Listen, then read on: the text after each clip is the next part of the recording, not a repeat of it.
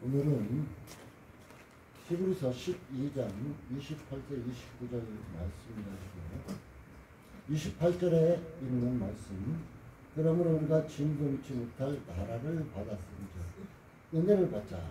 그래서 저는 하나님의 은혜를 받자. 하나님의 은혜를 받자 하는 제목으로 잠시 말씀의 의미 나누기를 원합니다. 지난주에는 주께서 말씀하시기를 모든 사람을 덮으러 화평함과 거룩함을 조처라. 이것이 없이는 화평함과 거룩함이 없이는 이것이 없이는 아무도 주를 보지 못하리라 얘기해 주고 있습니다. 이제 주를 화평함과 거룩함을 쫓아가면서 주를 보는 우리는 이제는 하나님의 은혜를 받는 이런 삶이 필요하다는 것입니다. 우리는 진동하지 못할 나라, 하나님의 나라에 받은 자입니다. 진동한다. 지금 우크라이나나 러시아 같은 거 진동해서 전쟁이 일어나죠. 지금 중국도 이번에 보니까 군 서열 3위하고 5위를 수칭했다 그래요. 진동이 일어나고 있죠. 우리나라도 당파 싸움으로 인해서 진동이 일어나고 있습니다. 그러나 하나님을 믿는 우리는 어느 누구도 흔들지 못할 하나님의 나라를 받은 자입니다. 곧 변치 않는 하나님의 나라를 기쁨으로 받은 우리라는 것입니다. 그렇기 때문에 우리는 믿음을 굳게 해야 될 것입니다. 또한 하나님께 감사해야 할 것입니다. 또한 최선을 다해서 이제 하나님을 섬겨야 할 것입니다. 바로 로마서 12장 1절에 이런 가정이 나타내주고 있습니다. 이제 우리는 진동치 못한 하나님 나라를 받았기 때문에 마귀조차도 우리를 어찌할 수 없습니다. 우리는 어찌할 수가 없어요. 행여 하나님의 은혜에 머무르지 못할까 우리는 늘 두려워하는 가운데 살아야 될 것입니다. 자, 지난주에 봤던 12장 15절에 보면은 너희는 돌아보고 하나님의 은혜에 이르지 못하는 자가 있는가 두려워하라고 말했듯이 이 말씀을 우리는 기억해야 할 것입니다. 성도들의 마지막 목표가 무엇일까요? 여러분의 마지막 목표는 뭐예요? 잘 먹고 잘 살고 자식들 잘 되는 건가요? 바로 우리 성도들의 마지막 목표는 천국입니다.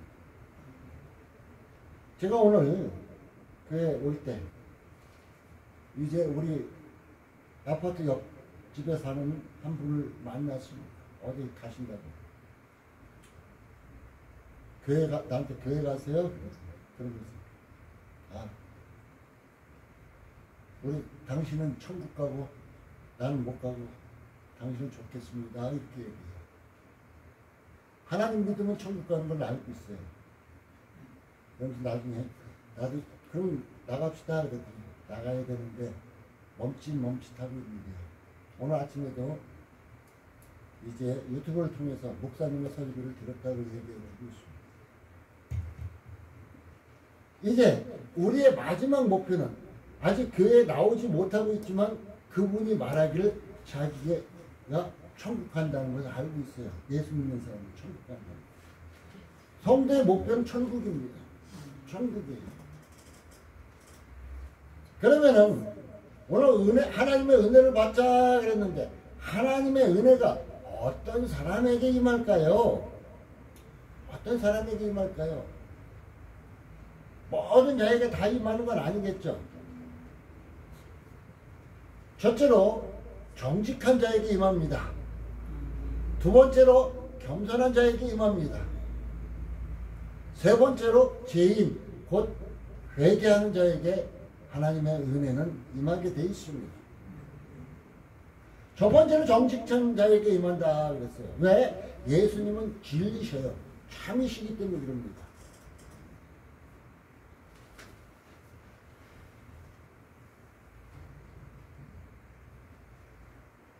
참으로 안타까운 것이 보면은 왜 대한민국의 당파 싸움으로 조선이 망했는데 한국도 당파 싸움으로 망하게 생겼구나 하는 생각 들지만 그것보다 더 안타까운 것은 우리 예수 믿는 사람들이 파벌 싸움으로 인해서 나는 아볼로파요, 나는 개박파요 하면서 파벌 싸움이 일어나면서 점점 교회가 막 갈라지고 망조에 들어가고 있습니다.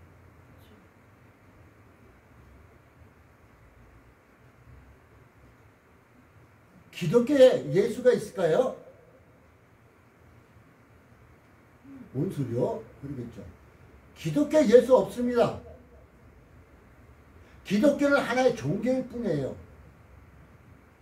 불교, 천주교 이런 식으로 하나의 종교일 뿐이에요. 그러면 우리가 그냥 쉽게 얘기해서 당신 종교 뭐야? 기독교 얘기하죠. 저는 예수님을 믿습니다 하고 말했으면 합니다. 여러분. 어떤 종교에는 구원이 없습니다. 종교에는 예수가 없습니다. 우리는 종교가 아니라 살아계신 하나님을 믿는 거예요. 많은 사람들이 그냥 종교의식으로 기독교도 종교의식으로 주일날 되면 그냥 찬양하고 기도하고 예배하고 그런 종교의식으로 의식적으로 치러질 때가 있어요. 구약시대는 그냥 짐승 잡아서 하나님께 태워드리는 의식적인 걸로 드릴 때가 있어요. 나는 살아계신 하나님 앞에 나와서 하나님을 찬양을 하는 것입니다. 살아계신 하나님 앞에 나와서 여러분의 삶의 고통, 삶의 문제, 여러 가지 아픔, 사정 이걸 그냥 아뢰라는 거예요. 살아계신 분한테 아뢰라는 거예요. 종교의식으로 하지 말라는 것이에요. 기독교 진리 있습니까? 조금 있겠죠. 다른 데보다는. 근데 기독교에 보면은 그 교회 안에서 오만 못된 짓은 다 해요. 그 진리가 아니잖아요. 서로 못 잡아먹어서 싸우고 돈 때문에 난리치고 그건 진리가 아니잖아요. 그렇기 때문에 그런 가운데는 예수가 없다는 거니까 예수가 없다는 거니까. 우리가 기독교라고 말하지만 그 안에 예수님이 있어야 된다는 거예요. 그 안에 예수님이 없으면 아무 소용없다는 얘기예요. 제가 얘기하는 것은. 바로 그 예수님을 빼놓으니까 예수님을 빼놓으니까 어떤 관계 우리에게 어떤 게 있어지냐면 하나님의 은혜를 망각해 잊어먹어. 하나님의 은혜는 뭐예요? 제일 큰 은혜가 독생자 예수 그리스도를 보내주셔서 십자가에 못 박혀 돌아가시게 하시고 예수님이 그 보혈 흘리시면서 예수님 앞에 나오는 자에게 죄의 사함을 허락해 줍니다. 사형 선고를 받은 나에게 이제 너 예수 믿으니까 죄 없어 꽝꽝꽝 하고 치신 거예요.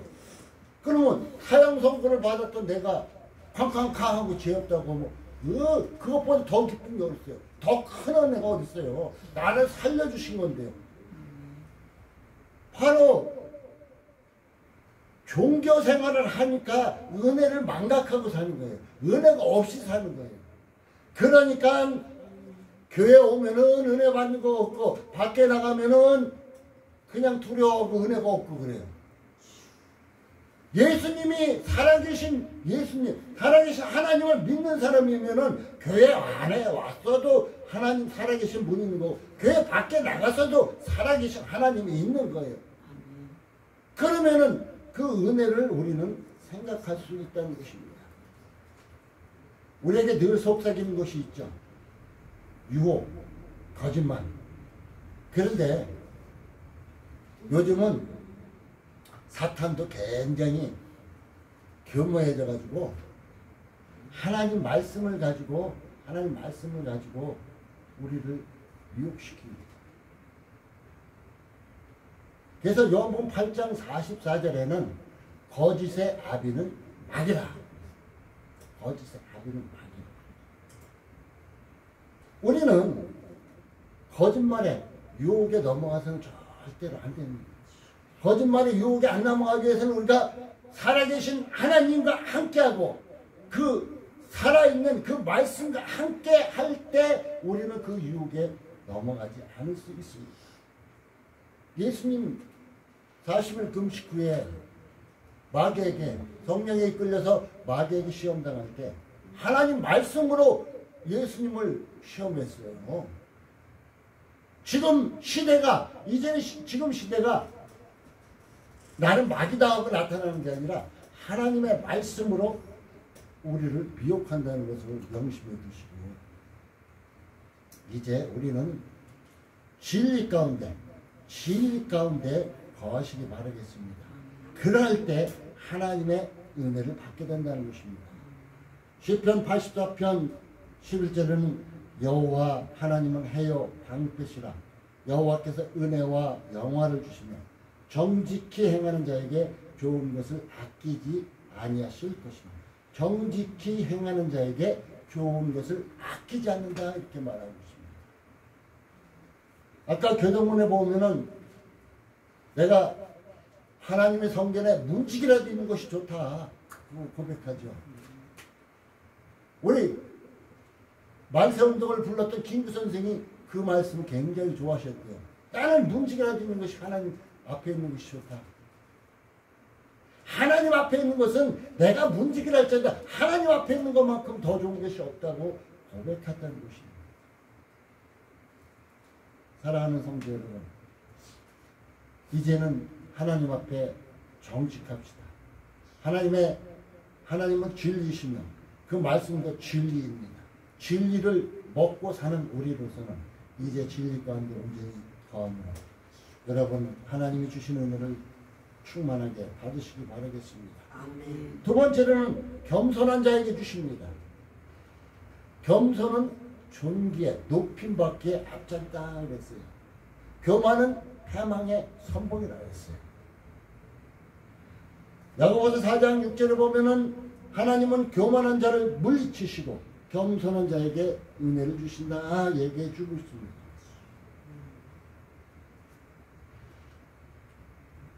우리 인간들은 나에게 아부떨고 나에게 잘한 사람들한테 잘해주겠죠.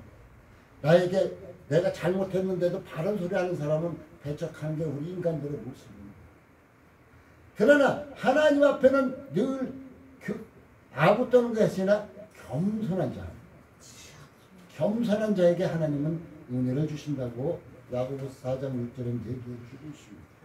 또한 잠언서 3장 4절에는 인자와 진리를 내게서 떠나지 않게 하고 내 마음판에 새기라. 그리하면 내가 하나님과 사람 앞에서 은총과 귀중히 여김을 받으리라. 인자와 진리를 내게서 떠나지 않게 하리라. 하나님 앞에 은총을 받고 귀중히 여김을 받는다고 얘기해 주고 있습니다. 베드로전서 5장 5절에는 젊은 자들아 이와 같이 장로들에게 순복하고 서로 겸손으로 허리를 동이라 얘기죠. 하나님이 교만한 자를 대적하실 때 겸손한 자들에게는 은혜를 주시느니라 이렇게 약속하고 있습니다. 하나님 앞에는 교만할 필요 없어요. 사람 앞에서는 우쭐 될 수 있을지라도 하나님 앞에는 그럴 필요 없어요. 하나님은 우리를 지으셨고 우리의 모든 것을 다 아시는 분이에요. 그러니까 하나님 앞에는 늘 겸손해야 할 필요성이 있다는 것입니다. 그런 자에게 하나님은 은혜를 주신다고 얘기해 주고 있습니다. 어떤 은혜를 받고 싶습니까? 어떤 은혜를 받고 싶습니까? 자녀가 잘 되는 거? 삶이 풍요로워진 거? 아니면 하나님과 늘 동행하는 거? 자녀들이 잘 되고 삶이 풍요해지는 것도 중요하겠죠. 그러나 하나님과 동행하는 것만큼 더 중요한 것은 없습니다. 내가 하나님과 겸손하게 정직하게 동행하는 삶을 살면 하나님은 나의 자녀들에게까지 축복해 주십니다. 왜? 하나님은 하나님께 순종하는 자에게 천대까지 복을 주시겠다고 신명기서는 약속하고 있거든요. 그래서 제가 아까 찬양을 할 때 어머니 생각만 하면은 눈물이 난다 그랬습니다. 왜? 저희 어머니가 하나님을 믿는 이런 신앙 상태로 사셨고 내가 클 때까지 함께 하셨다면 내가 얼마나 좋았을까 생각해요. 그래서 여러분의 자녀들을 복받은 거예요. 여러분이 기도해 주니까 그 자녀들이 잘 되는 거예요. 근데 그 자녀들은 그걸 모르죠. 몰라. 어느 때는 알겠지만 어느 때는 몰라. 그거 복받는 것을 모를 거예요. 그러나 그들도 이제 겸손하게 하나님을 만나면은 은혜 가운데로 나오게 될 것입니다. 세 번째로는 죄인에게 주신다는 거예요. 제가 이렇게 많은 사람들과 상담하다 보면은 안타까울 때가 제일 많습니다. 나는 잘하는데 내 남편이 나는 잘하는데 내 자녀가 나는 잘하는데 내 주위가 못한다고 이렇게 고백을 해요. 근데 이렇게 대화를 한참 들어보면은 그 상대방의 잘못도 크지만 본인의 잘못이 더 커요. 원인 제공을 하고 있더라고요. 우리 사람들은 이렇게 나타나는 결과만 보고 얘기를 하잖아요. 근데 우리 하나님은 결과보다 그 원인을 먼저 보십니다. 원인을. 무엇 때문에 이런 사건이 일어나게 됐는가. 그 원인을 보신다는 거예요. 근데 우리는 결과만 보고 나는 지금 없는데 저 사람이 내가 그를 그렇게 화나게 하고 못되게 하고 하게끔 원인을 제공한 걸 모르더라고요. 참으로 안타까웠어요. 그래서 저는 어느 때 한번 혼내킨 적이 있어요. 어디서 그따 이러냐. 당신 신랑 죽이려고 작정했냐. 그렇게 하면 당신 지금 잘하고 있는 것 같아. 당신 그렇게 하면 당신 신랑을 죽이는 거라고. 강하게 얘기한 적도 있어요. 자신이 어떤 모양새인지 어떤 상태인지 깨닫지를 못해요. 하나님 앞에 통해야 되는데 통해하지 못합니다. 우리 하나님은 하나님 앞에 나와서 내 모습이 이렇습니다 하고 통해할 때 굉장히 기뻐하셔요. 그리고 그를 통해할 때 안아주십니다. 감싸주십니다. 디모데전서 1장 12절 13절은 이렇게 말하고 있습니다. 나를 능하게 하신 그리스도 예수 우리 주께 감사하며 나를 충성되이 여겨 직분을 맡기십니다. 내가 전에는 회방자요. 사도 바울이 고백하는 거예요. 나는 전에는 회방자요. 핍박자요. 폭행자였으나 도리어 긍휼을 입은 것은 내가 믿지 아니할 때 알지 못하고 행하였습니다. 내가 예수를 믿지 않을 때 알지 못하고 행하였었다. 그래서 이제는 믿고 난 후에 이런 것을 하지 않고 주님이 기뻐하시는 일을 쫓아가면서 행한다. 이렇게 고백하고 있습니다. 이 고백이 참된 고백입니다. 시편 기자에서도 얘기합니다. 통회할 때 하나님은 회복시켜줍니다. 다윗이 자기 잘못을 알고 통회했을 때 하나님은 그를 용서해 주시고 은혜를 주셨습니다. 여러분 눈물 안 나죠? 기도할 때 눈물 잘 안 나요. 눈물 안 나요. 근데 자신의 모습을 말씀을 비춰서 쫙 살펴보다 보면은 자기도 모르게 눈물이 하염없이 흐릅니다. 왜? 나는 그래서 여러분 교회 올 때 시장 오고 오죠. 그래도 입술에도 바르고 눈썹이라도 그리고 얼굴에 좀 찍어 바르고 하나님 앞에 가는데 이쁘게 보여야지. 이렇게 오죠. 거울 보죠. 거울 보면 여러분의 모습이 여긴 이쁘지 않네 잘해야지 이쁘게 보죠.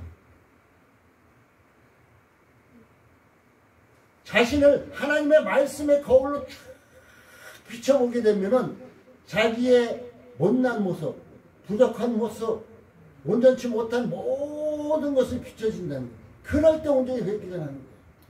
나는 그래서 여자분들 거울 잘 보고, 거울도 어느 때는 갖고 다닐 정도로, 소지품으로 갖고 다닐 정도로 거울을 보는데, 이왕이면 예수 믿는다 하면은, 예수 믿는다 그러면 말씀의 거울로 여러분을 비춰보시라는 거예요. 말씀의 거울로. 그러면은 그럴 때 하나님 앞에 온전히 통회할 수 있을 것입니다. 그래서 그런 자는, 그렇게 회개한 자는 하나님의 은혜가 임해서 어떻게 되냐면은, 사람들을 만날 때 사람들이 당신 얼굴에 빛이 납니다. 당신 신앙생활 하시네요. 이런 소리도 많이 듣게 돼요. 어느 때는 간혹가다 뭐 교회 직분 맡으셨어요? 목사님이신가요? 아니 전도사님인가요? 장로, 이렇게 물을 때도 있을 거예요. 그 모습이 너무 아름다운 것. 사랑하는 성도 여러분, 하나님의 은혜를 받자고 했습니다. 은혜를 받고 싶다면은 첫째로 정직하십시오. 두 번째로 겸손해지십시오. 세 번째로 자기의 모습을 깨닫고 하나님께 알아시기 바라겠습니다. 하나님은 이런 자에게 주시되 찔끔 주시는 것이 아니라 풍성하게 주십니다. 고린도후서 12장 9절에는 내 은혜가 내게 족하도다. 이는 내 능력이 약한 데서 온전하여 주님이라 하십니다. 자신을 깨닫게 되면은, 우리가 자신을 깨닫게 되면, 남이 이렇게 보잘것없구나, 남이 이렇게 나약하구나, 이것을 알고 하나님 앞에 나오면 그 약한 가운데서 하나님의 능력이 임하고 강한 가운데 모든 것을 할 수 있게 된다는 것입니다.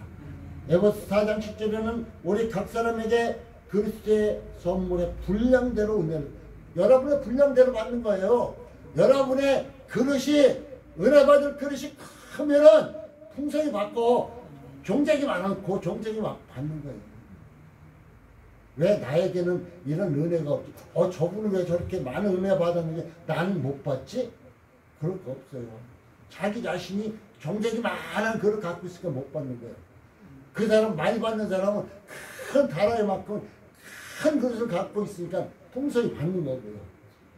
지금은 어느 때입니까? 고린도후서 6장 2절엔 내가 은혜 베풀 때 너를 듣고 구원의 날에 너를 도왔다 하셨어. 보라, 지금은 은혜 받을 만한 때요. 보라, 지금은 구원의 날이로다 얘기해 주고 있습니다. 지금이 바로 은혜 받을 때입니다. 지금이 온전히 구원 받을 때입니다. 하나님 앞에 바로 설 수 있기를 바라겠습니다. 이사야서 49장 8절에는 여호와께서 가라사대 때 은혜의 때에 내가 내게 응답할, 은혜의 때에 우리가 부르짖으면 내가 내게 응답하겠다고 얘기해 주고 있습니다.